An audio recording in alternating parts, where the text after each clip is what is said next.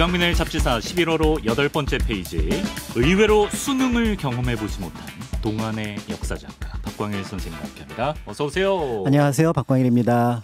우리 선생님 외모는 뭐 1호학번에 버금가는데 수능 세대가 아니신가요? 네, 저는 학력고사. 학력고사. 거의 끄트머리쯤에 걸려 있었던 세대고요. 예. 지금은 없어진 것 같은데 그때는 이제 저희 340점 만점이었거든요. 학력고사는? 네, 그래서 필기 시험이 320점이었고 그다음에 체력장이 20점이었습니다. 아, 체력장을 학력고사에 봤어요? 그렇죠. 그래서 그 체력장에서 1000m 그다음에 그 윗몸 일으키기 그거 할 때가 오히려 시험 볼 때보다도 더 긴장을 해서 체력장 거의 대부분 만점을 받으니까 그거 만점 못 받으면 굉장히 좀 쑥스럽고 수치스럽구나. 네, 그런 부분들이 있었거든요. 그래서 그거 나중에 이제 시험 본 거에다가 이제 20점 붙여서 총점 얼마 나오면 이제 그거 가지고 이제 자기가 갈 대학을 이제 고르거나 이렇게 하기도 했었습니다. 필기 보는 날 그 윗몸 일으키기도 하는 거예요? 아니요, 그거는 한참 전에 가을에 해요. 한참 전에. 네, 그래서 나중에 이제 그렇구나. 점수만 합산이 되지만 학력고사 봤을 때 시험장보다는 전 체력장 했던 그 운동장이 먼저 떠오릅니다. 네. S대 사학과에 진학하신 네. 박광일 선생님과 함께합니다. 내일 모레가 2025학년도 대학 수학능력 시험일입니다.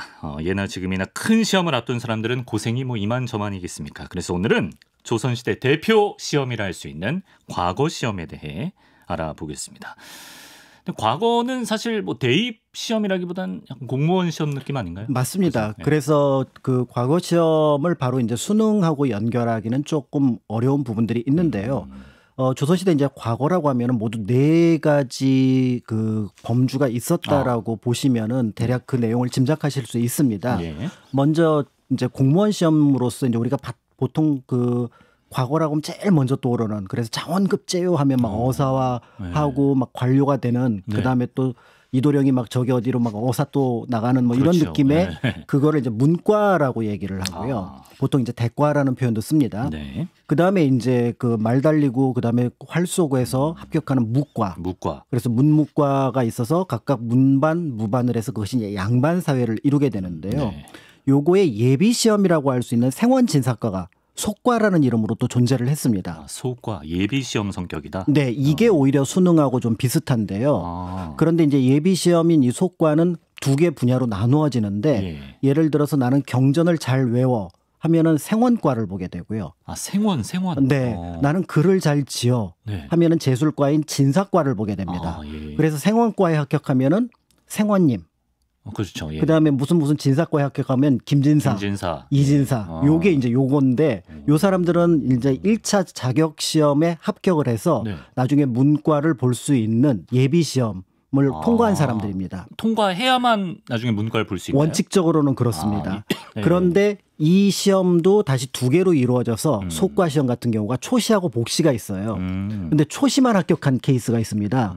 그러면은 우리가 소나기에서 봤던 윤초식댁 딸내미 그 초시가 이분은 생원 진사과에 2번째 시험 복시는 합격 못하고 첫 번째 시험인 초시만 합격하신 그래서 이분을 초시어른 동네에서 첫 번째 시험을 합격했는데 2번째 시험까지는 못 간 분.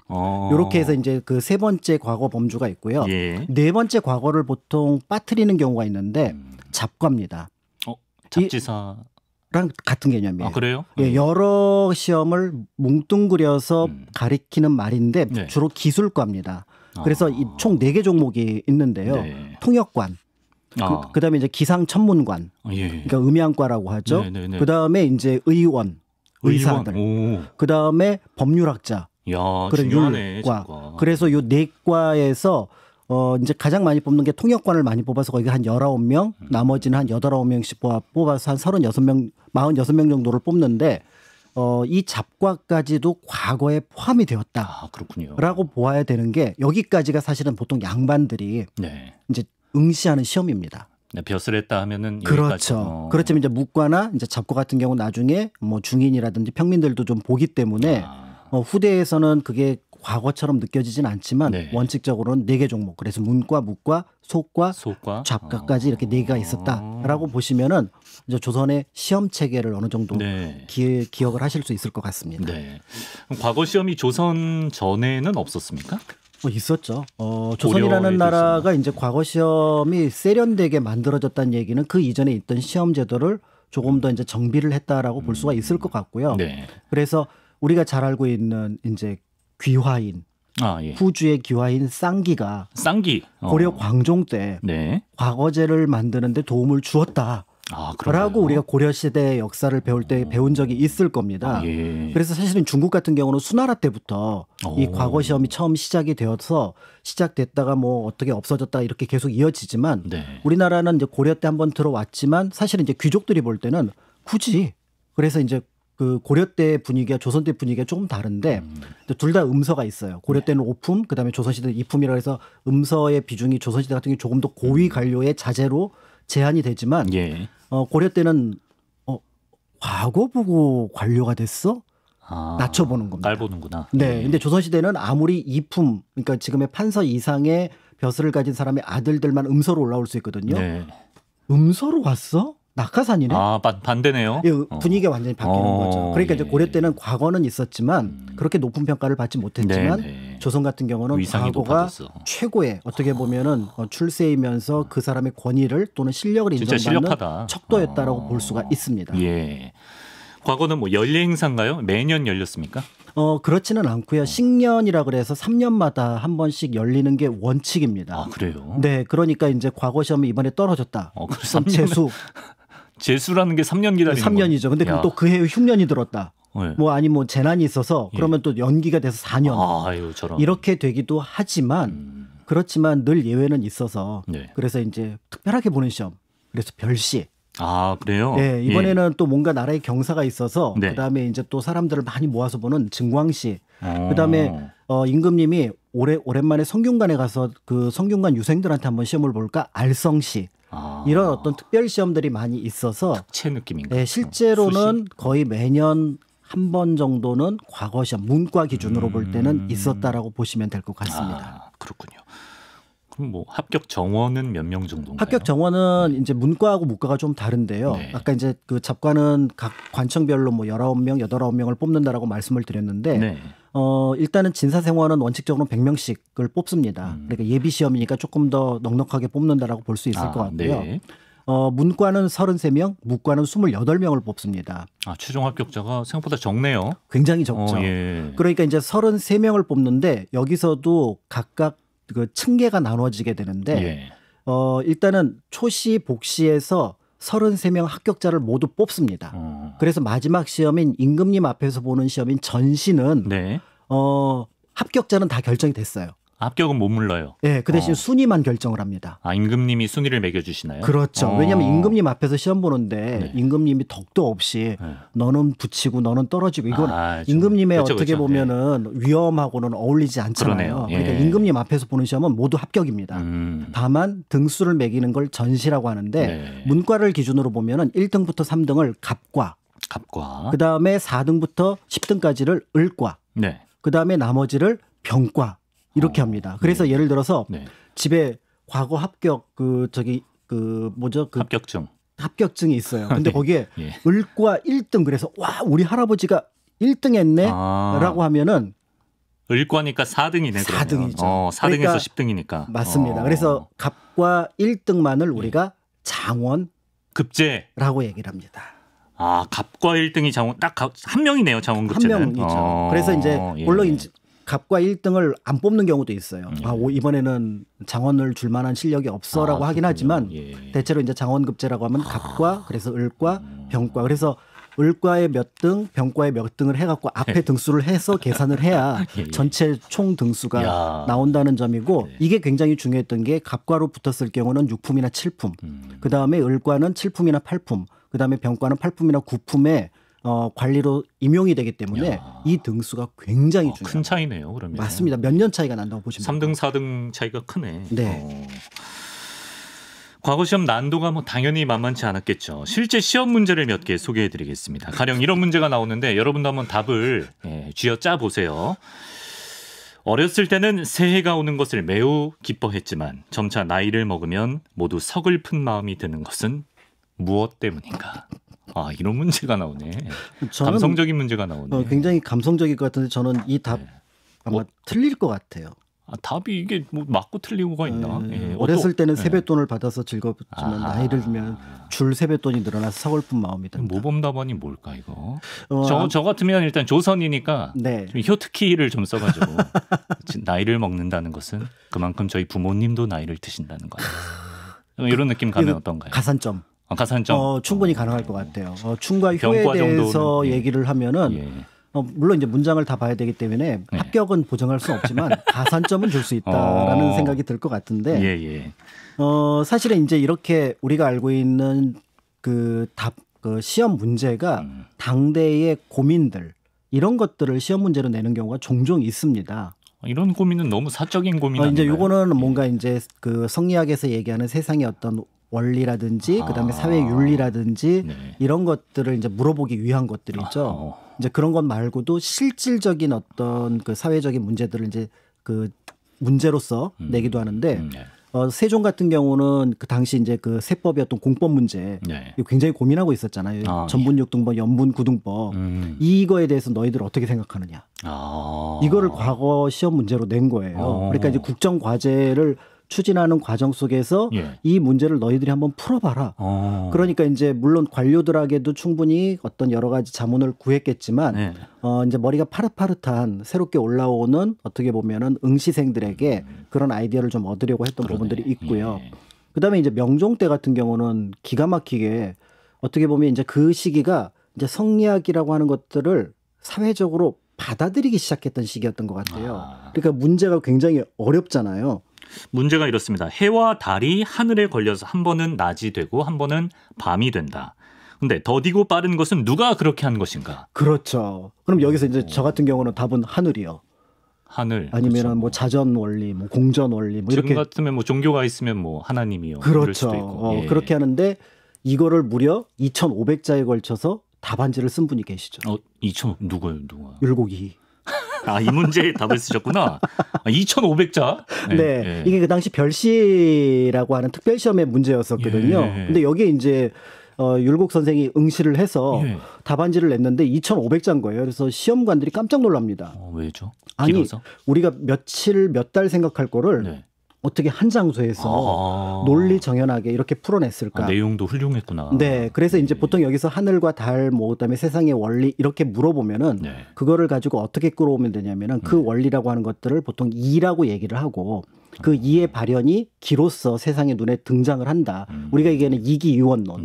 그런데 그것이 사람들에게 영향을 끼칠 때는 성리, 사람의 본성은 어떠하다.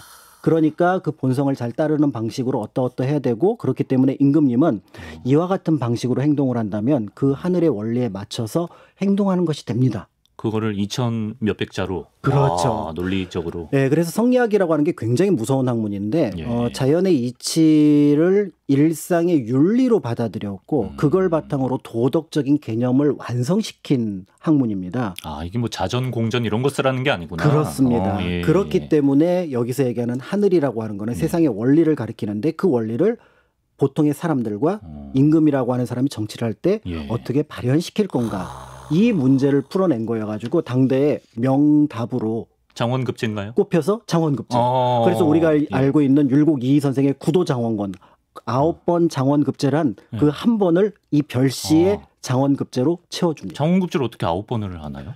합격했으면 공무원이잖아요. 이미. 그렇죠. 근데 아까 이제 말씀드렸던 속과가 있었잖아요. 속과가 생원진사시. 생원진사시가 초시 복시가 있으니까 그거를 각각 그 장원급제를 하게 되는 것과 그래서 그 율곡 선생을 보면은 그 생원시를 여러 번 보셨어요. 그래서 그거를 다 장원급제를 하고 진사시도 초시를 장원급시를 했는데 그 정도면 즐기신 것 같아요. 네. 그다음에 이제 나중에 그 우리가 알고 있는 문과가 초시 복시 전시가 되는데 이거 3번 다 장원급제하고 아까 얘기했던 여기 별시까지 해서 모두 9개가 돼서 그래서 보는 시험마다 모두 장원급제를 했는데 천만다행인 거는 진사 복시 하나는 합격은 했지만 장원은 하지 못했습니다. 그래서 10번 시험 봐서 9번 장원급제를 해서 한 번에 여유를 두는 천재의 품격을. 그것도 일부러 약간 인간미를 보여줬다? 그럴 수도 있을 것 같고 떨어진 사람 기분은 어떨까 궁금해서 한번 2등한 사람 기분은 어떨까? 그런가. 아무튼 그럴 것 같습니다. 그래서 그렇게 해서 구도장원공. 그러니까 보는 시험마다 장원을 했으니 네. 대단한 천재인 거는 분명합니다. 전 CBS 한 번 합격했을 때도 2등으로 했거든요. 아, 자랑하시는 거죠. 이제 2명 중에 2등한 겁니다. 뽑힌 사람 중에. 축하드립니다. 일곡이 선생님 왜 그렇게 많이 보셨냐고 물어보는데 네. 그냥 약간 즐기신 것 같아요. 약간 기량도 점검하고. 그게 왜 이제 시험을 많이 보냐면 일단은 자기가 관료로 되어 있어도 과거 시험은 볼 수가 있거든요. 네네. 그런데 이제 일단은 초시 복시는 예비 시험이기 때문에 네. 그거를 여러 개 봐둘 필요가 있습니다. 그래서 진사시든 생원시든 그거는 시간 날 때마다 보면 좋을 것 같고요. 그리고 별시 같은 거를 추가로 보는데도 과거 시험을 다시 보는 이유는 그게 나중에 승진에 고과 점수에 반영이 됩니다. 그러니까 이제 우리가 지금 같으면은 뭐 학위가 있으면은 승진에 고과 점수가 반영이 되는 것처럼 네. 과거를 장원급제를 이것도 하고 그다음에 식년시 장원급제도 했어? 그러면은 실력이 탁월하네? 해서 이게 고과 점수에 반영이 되기 때문에 받으면 좋구나. 당대에 시험을 볼 처지가 된다면 보는 편이었습니다. 그렇군요. 자, 그 밖에도 뭐 빠르게 정조 같은 경우는 담배의 이로움에 대해 논하라 이런 문제를 내셨고 네. 태조 같은 경우는 관리들을 조금 더 힘들게 굴릴 수 있는 방법이 없을까? 이런 문제. 뭐 효율적인 어떤 관리 운용 체계라고 할 수 있었겠죠. 너무 적나라하게 저희가 갖다 붙였군요. 세조 같은 경우는 요즘 최신 유행 음악에 대해 논하라. 그렇죠. 예약에 특히 음악, 예법 이런 것들에 관심 많았습니다. 아파트 이런 거. 향악 이거 관심 많았어요. 향악. 그러니까 향을 이제 그 지방 향자라고 그러지만 조선의 향가할 때 고유를 향? 그렇습니다. 그러니까 조선 고유를 향이라고 부르거든요. 그렇기 때문에 이제 그런 음악에 또 관심이 많았고 세조가 예술적 재능이 좀 있는 왕이었었거든요. 이 문제 나오면 좀 당황했을 것 같은데 3년 준비했는데 약간 예상치 못한 문제일 것 같은데. 근데 예전에 이제 그 선비라면은 예악 사어 서수라 그래서 육예라 그래서 6가지 교양이 물론 이제 경전도 잘 알아야 되겠고 그다음에 대책도 잘 써야 되긴 하겠지만 제술도 잘해야 되겠지만 기본 교양이 있어야 됩니다. 그래서 거기 예악이 있기 때문에 음악을 잘 모르면 소홀히 할 수 없구나. 그러면 선비가 아니다. 활을 쏘지 못하면 선비가 아니다. 이런 글씨를 제대로 못 쓰면 선비가 아니다. 이런 것들이 있었기 때문에 예악 사어 서수 이런 것들이 모두 포함되어 있었습니다. 그렇군요. 채점은 어떤 식으로 이루어졌나요? 채점은 이제 시험관들이 봤는데 원칙적으로는 이 답안지를 모두 베낍니다.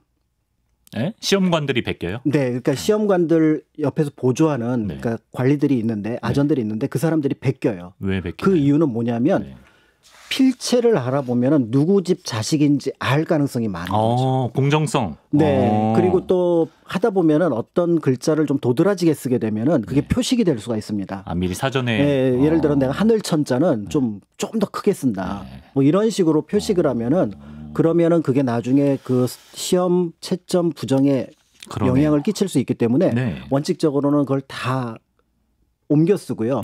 적어도 그러지 못할 때는 이름은 다 가립니다. 이름 가리고. 네. 그래서 그렇게 해서 이제 채점을 하게 되는데 이게 이제 응시생이 몇백 명 이내면은 채점관들이 별 문제가 없어요. 그런데 나중에 조선 중후기가 되면은 이 과거에 목매는 선비들이 많아지게 되니까 그러니까 양반의 숫자가 늘어나는 것과 동시에 양반의 직업은 크게 2가지 정도밖에 가질 수가 없거든요. 관리 아니면 농업. 관리 아니면 농업. 네, 농사 짓는 거 외에는 할 수가 없으니까 관리가 되기 위해서는 과거를 봐야 되는 거잖아요. 그렇죠. 그 숫자가 수천 수만 명 때에 따라서는 10만 명을 넘는 응시생이 한 시험에 등장을 하게 되니까 경쟁률이 제가 보기에는 이제 채점하는 것도 극한 직업이 그렇겠네, 될 가능성이 많고요. 그러면은 계속 극한 직업이 될 수는 없으니 이제 나름대로의 원칙을 선택을 하겠죠. 어떤 원칙이죠? 빠른 순서 몇백 장. 시험 답안지를 빨리 내는 빨리 내는 사람 순서 몇백 장만 가지고 보자. 그렇죠. 뒤에 이제 오는 거는 쌓아놓고 어차피 실력 있는 사람이면 딱 캐치해서 그래서 자기가 빨리 쓰지 않겠어? 그리고 그 안에서 평가를 해야지라는 생각들을 하고 이게 실제로 옮겨지게 됩니다. 무조건 빨리 썼겠네요. 빨리 쓰려고 했겠네요. 그게 수험생들은. 이제 또 문제가 되는 거죠. 어떤 문제가 그러니까 왜냐하면 문제가 되는 게 뭐냐면 아까 시험 문제 보셨잖아요. 네네네. 한 줄이 아니에요. 전체 문장이거든요. 그러니까 이 시험 저 화면에 저게 문제입니다. 그냥 문제. 그렇죠. 엄청 길어요. 근데 저거를 지금은 예를 들어서 선생님 저 답안 시험 문제가 잘 안 보입니다. 그러면은 지금 다 이렇게 나눠주잖아요. 근데 저거 앞에 딱 붙인단 말이에요. 아, 읽어주는 게 아니구나. 예. 아, 그렇지. 그럼 예전 선비들이 아무리 시력이 좋아도 한 30m, 50m 너무 가면 불공평하네. 저기 글자가 안 보이거든요. 10만 명이 본 때도 있는데. 그러면은 진짜로 저기 동네 밖에까지 가서 봐야 되는데 그러면은 저거를 그렇다고 뛰어갈 수는 없을 거 아니에요. 그 앞줄 앉아야겠다. 앞줄. 그렇죠. 그러니까 제일 좋은 거는 맨 앞줄에서 보면서 쓰는 게 제일 좋고 그게 안 되면 베껴야 되잖아요. 그러니까 이제 여기서 이제 문제가 발생을 하니까 이제 조선 후기에는 과거 시험이 팀플로 바뀌죠. 과거 시험이 팀플로 바뀐다. 네, 팀플레이로 바뀝니다. 그러니까 응시생들이 팀플을 한다고요? 그렇죠. 어떤 식으로 뭐 구체적으로 좀 어떤 계로? 그러니까 그 조선 후기에 나온 단원 김홍도가 그린 공원 춘효도라는 과거 시험장을 그린 그림이 있습니다. 그럼 우리가 보통 이제 과거 시험의 장면을 생각을 하면은 임금님이 이제 시관이 쭉 앞에 있고 그러면 이제 그 쭉 열지어서 그렇죠. 한 앞사람 등만 보는 자세. 100명, 200명이 이렇게 있다가 이렇게 쫙 이렇게 딱 앞에 문제를 딱 보고 춘당춘색 고금동이라 딱 이렇게 보면은 그걸 가지고 이렇게 쭉 써갖고 이몽룡이 쫙 해갖고 자신 있게 딱 내고 그렇죠. 그 장면이죠. 그러면 이제 여러 선비들이 와 빨리 썼구나. 뭐 빨리 쓰는 게 장땡은 아닌데 뭐 이러면서 이제 뭔가를 해야 되는데 왜 이렇게 옹기종기 모여 있어? 근데 저 분위기는 지금 보면은 시험관은 앞에 있는데 그 햇볕을 가리는 일산 아래에 한 67명이 이렇게 모여 있는 모습들. 저기 지금 시험 보는 자세예요, 저게? 저게 지금 시험 보는 팀입니다. 아니 너무 부정행위가 쉬울 것 같은데. 그러니까 부정행위가 쉬운데 저것도 굉장히 역할 분담이 잘 되어 있어요. 먼저 뭐냐면은 아까 말씀드렸던 이제 모월 모일 모시에 예를 들어서 식년시 문과를 본다라는 방이 올라갈 겁니다. 그러면은 중요한 거는 이제 시험 장소가 결정이 될 거 아니에요. 그렇죠. 그러면 이제 시험 장소가 결정이 되면은 올해는 예를 들어 뭐 성균관 알성시다. 아니면은 예를 들어서 그러니까 식년시가 아니라 알성시다. 아니면은 창덕궁 영화당 근처 어디서 본다. 뭐 이렇게 되면은 먼저 앞에 앉아야 되잖아요. 네, 그렇죠. 앞에 앉는 게 중요하죠. 그러면은 이제 지금도 중요한 게 바로 뭐냐면 밤새는 거잖아요. 근데 시험 보러 오는 사람이 밤새면 안 되잖아요. 컨디션 조절해야죠. 그렇죠. 며칠 전부터 밤을 새야 되니까. 그럼 며칠 전부터 그 동네에 사는 선접하는 어깨 좀 힘이 있는 사람들이 가서 저 일산을 갖다 딱 꽂습니다. 덩치 좋은 사람이 자리 잡는 역할. 그래서 딱 잡는데 문제는 이 사람이 아르바이트잖아요. 그렇죠, 그렇죠. 그럼 다른 아르바이트하는 선접군도 있을 거 아니에요. 있죠, 있죠. 그럼 이제 선접군들끼리 싸움이 벌어질 수 있으니까. 육탄전이 벌어지죠. 그러니까 처음에는 일단 자리 잡기 육탄전이 먼저 벌어지고, 그러니까 이제 선접군들이 좋은 자리를 잡는 게 일단은 중요합니다. 오픈런 줄 서는 알바 느낌이에요, 지금. 그렇습니다. 그 몸싸움이 곁들여지는. 이제 몸싸움이 곁들여지고요. 그다음에 이제 그 시험 볼 유생이 이제 시험장에 딱 도착을 하면 몇 명이 같이 쫙 옵니다. 그럼 이제 두 번째 뭐냐면 시험 문제를 베껴야 되잖아요. 그렇죠. 아무리 가까이 자리를 앉았다 그래도 시험 문제가 워낙 기니까. 그렇죠. 베껴야죠. 그래서 그걸 사수가 가서 베껴 옵니다. 베끼는 사람. 네, 그래서 시험 문제를 베껴 와서 이제 하는 거죠. 올해 문제는 담배래. 하여튼 이 담배 어떻게 하지? 그러면은 여기에 이제 지역의 실력자가 같이 그 유생 옆에 있습니다.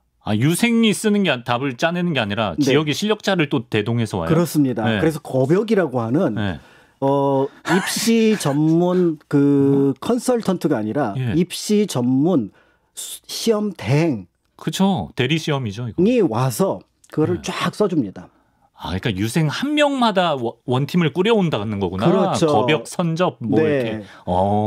사수까지. 그러면은 이 사수가 나중에 그거를 딱 보면 이 거벽은 글씨를 좀 못 쓸 수도 있잖아요. 왜냐하면 문장을 빨리 써야 되니까. 왜냐하면 지금 중요한 거는 300등 안에 내야 돼요. 그렇죠. 빨리 내야죠. 네, 그러면 이제 그걸 다시 사수가 예쁘게 베껴 써가지고 나중에 그 응시생은 그러니까 수결, 사인만 해서 넘기면 그러면 이제 조선 후기에 과거 시험의 모습이 저 그림 속에 등장하는 분위기를 짐작할 수 있을 겁니다. 선 넘었네. 아니 그 응시생은 글씨만 잘 쓰면 되는 거 아니에요? 실력 없어도. 글씨도 아까 사수가 대신 써주니까 사인만 하면 됩니다. 사인만. 제가 생각했던 과거 시험의 모습이 아닌데. 물론 이제 조선 전기는 정상적으로 우리가 생각하는 모습이었겠으나 실력자는 겁역이네요. 그렇습니다. 그러니까 이제 문제는 이 겁역이라는 존재가 이제 유광옥 전에라서 영남 지역의 과거 합격자들은 전부 다 유광옥의 손을 빌린다라고 할 정도로 실력이 뛰어난 인물이 있는데 이 사람은 왜 그러면은 과거를 보지 않았을까? 그래서 자기가 보면 되는 거예요. 아마 이제 집안 문제. 출신? 서울이라든지 이런 경우는 우리가 알고 있는 과거 시험은 먼저 그 시험 응시를 하기 위해서는 자기 친가나 처가의 4대조 족보를 먼저 바칩니다. 그래서 신분상의 결격 사유가 없어야 돼요. 그런데 이제 서울이거나 아니면 과거에 어떤 다른 불미스러운 문제에 연결되었다 그러면은 시험 점수가 아무리 좋아도 한계가 있어요. 한계가 있죠. 그럼 그런 사람들은 결국 입시 전문 대행 대신 뭐 돈을 좀 많이 받나? 그렇죠. 그랬을 가능성이 있다라고 보는 건데요. 그래서 이제 이 부분이 이제 문제가 돼서 그거를 계속 철폐하려고 노력은 했습니다만은 한 번의 과거 시험 합격자, 한 번의 과거 시험 응시자가 10,000명, 20,000명, 또 10만 명, 20만 명에 이르게 되니까 결국 이걸 통제할 수 있는 어떤 상황을 넘어서게 되는 거고요. 심지어는 이제 숙종 때 성균관에서 봤던 시험 같은 경우는 8명이 압사하는 그러니까 응시자 한 명당 서너 명씩 끌고 오니까 사람이 좀 엄청 많은 거잖아요. 그래서 이제 이 부분을 이제 어떻게 분석을 해야 될지는 좀 고민스러운 부분들이 있습니다. 그러니까 예를 들어서 정조 때 20만 명이 이제 왔는데 시험 답안지는 6만 장이나 7만 장밖에 안 나온 거예요. 20만 명이 왔는데 시험 답안지는 7만 장. 그러면은 왜 13만 장이 안 나왔을까? 그렇죠. 이게 이제 아까 말씀드렸던 겁역이라든지 사수라든지 선접군이 일단 응시장 안에 들어서 카운트는 됐는데 숫자는 머릿수는 세워졌는데 응시자는 아니었을 가능성이 있다. 그렇다면은 정조가 그 단원이 그렸던 공원춘여도의 어떤 과거 시험 풍경을 모습을 보면은 팀플레이를 했던 것이 맞지 않을까. 이렇게 보고 있으면 이제 이거를 현상을 파악했던 이제 선비들이 볼 때는 과거가 뭐야? 크게 큰 의미가 있을까? 위상이 많이 떨어지는. 그럴 생각들을 하게 되면서 이제 과거에 대한 개선책 또는 폐지책 이런 내용들이 이제 계속해서 요구가 됐던 부분들이 있었던 거죠. 그렇군요. 부정행위가 선 넘었습니다. 제가 볼 땐. 소소한 질문들이 좀 몇 개 에디터들이 굉장히 관심이 많은데요. 요즘도 이제 수능 볼 때 미역국 안 먹고 연 먹고 뭐 아파트 같은 노래 절대 들으면 안 되고 이런 징크스가 있지 않습니까? 귓속에 이렇게 계속 맴돌 금지곡이죠. 그 당시에도 뭐 징크스 같은 게 있었을까요?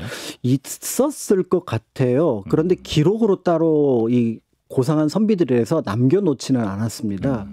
다만 이제 그런 것들을 했다라고 이제 역사 기록 속이 아니라 제가 이제 어떤 지역 답사가게 되면 그 동네 분들한테 이제 듣는 이야기들이 있는데 예를 들어서 영남에서 그 과거 시험을 보러 올라올 때 가능하면은 문경세제로 온다는 거예요.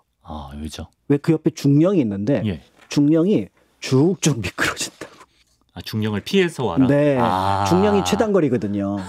그런데 중령으로 가면 느낌상 쭉.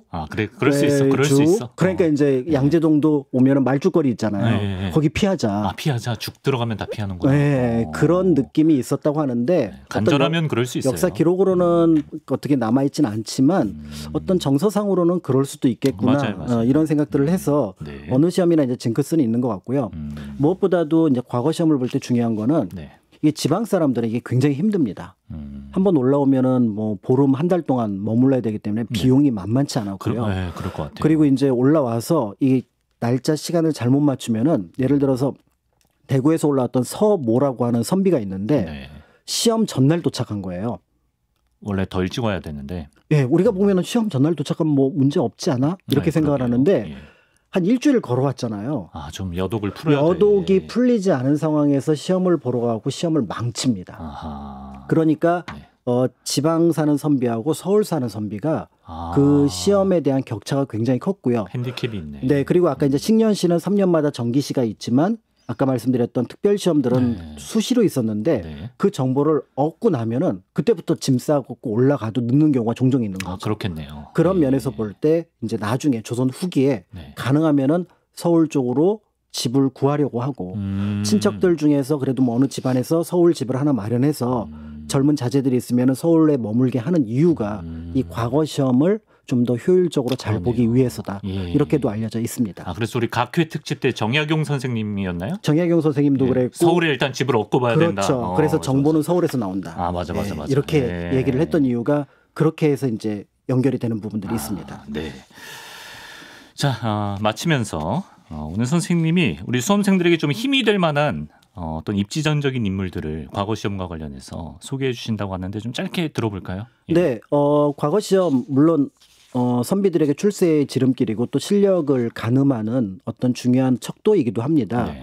그렇지만 그 과거 시험이 어떤 면에서 보면 그 사람 전체 인생을 파악하지는 못한다라는 걸 보여주는 대표적인 사례인데요. 네. 바로 이순신 장군. 이순신 장군. 일단 첫 번째 재수생입니다. 일단 문과를 보셨겠죠? 네, 문과를 보셨는데, 재수생. 예, 그러니까 당시 집안은 문과 분위기였지만 이순신 장군은 이제 어려서부터 무에 출중했기 때문에 예. 양반으로서 이제 문과를 받고요. 네. 28살 당시 나이로는 적은 편은 아님에도 이때 시험에 떨어집니다. 그래서 말해서 떨어져갖고 낙마를 해서 그래서 이제 그 부상을 입어갖고 이제 그 버드나무 가지로 동염했다라는 거는 뭐 동화처럼도 많이 알려져 있는 사건인데 네. 그래서 주변 사람들이 모두 감탄했지만 떨어집니다. 떨어졌다. 왜냐면 말해서 떨어졌으니까. 이게 그렇죠. 네, 그래서 이제 그때 시험은 또 3년 문제가 아니라 뭔가 문제가 있는지 4년 뒤에 시험을 봐서 32살에 이제 시험을 봤는데요. 네. 그때 이제 합격을 했는데 병과 4등. 병과 4등이면 아까 14등 정도네. 예, 그런데 14등. 이때는 이제 12등이었더라고요. 예. 그러니까 12등이었으니까 네. 우리가 알고 있는 뭐 1등만 기억하는 2등만 기억하는 어떤 그런 것에서도 굉장히 멀었던 인물입니다. 그런데 이순신 장군 1등 했을 줄 알았는데. 네. 예. 그런데도 우리가 알고 있는 것처럼 1592년 임진왜란 때 이순신 장군이 안 계셨다면 우리나라의 역사는 바뀌었을 테니 한 사람의 어떤 인생, 실력, 그다음에 그 사람의 어떤 능력, 품성 네. 이런 것들을 시험으로만 판단하기는 그렇습니다. 어려울 것 같고요. 예. 그 이순신 장군과 짝을 이뤄서 이제 임진왜란 때 큰 공을 세웠던 권율 장군은 권율 장군. 예. 46세 46? 과거에 합격을 합니다. 그 당시 손주 볼 나이 아닌가요? 그렇죠. 야. 그래서 46살에 합격을 했는데 사실은 그것도 아버지가 유언을 남기지 않았으면은 네. 과거를 볼 생각이 없었던 그런 어떤 인물이기도 한데요. 네. 그러니까 어떤 것을 할 때 늦었다라고 생각하더라도 그 늦은 것이 아니고 또 제대로 된 성적이 나오지 않았다고 하더라도 네. 그것이 모든 것을 그건 본인도 마찬가지고 주변에서 바라볼 때도 그 사람이 다른 실력이 충분히 발휘될 수 있고 그럼요. 예, 그리고 또 우리가 모르는 시험 외의 것들로도 그 사람을 높게 평가할 수 있는 부분들이 있다라는 것들을 네. 같이 생각을 해서 시험이 중요하긴 하되 그렇다고 해서 그것이 결정적인 무언가가 아니라는 생각을 가지시는 것도 필요하지 않을까라는 생각을 하게 됩니다. 그렇습니다. 시험이 모든 것을 말해주진 않습니다만 그래도 또 모레 이왕 시험이 있으니까 이왕이면 잘 보는 게 좋습니다. 예, 준비하신 거 이상으로 네. 모두 잘 보셨으면 좋겠고 모두 잘 보면 의미가 없으니까 잡지사 구독자 관련 수험생들은 특히 더 잘 보시길 바랍니다. 그러실 것 같아요. 잡지사 구독자분들의 지적 그다음에 어떤 여러 가지 합리적 네. 이런 어떤 것들을 염두에 둔다면은 집안 가풍이 전체 형성되거든요. 집안이나 집안에 잡지사를 틀어놓는다는 친구나 것은 이런 분들이 그렇습니다. 모두 그런 분위기 속에서 탁월한 성과를 내실 거라고 믿습니다. 화이팅! 우리 수험생 여러분 힘내십시오. 조선시대 과거 제도를 둘러싼 흥미로운 이야기 만나봤습니다. 박광일 선생님과 함께했습니다. 고맙습니다. 감사합니다.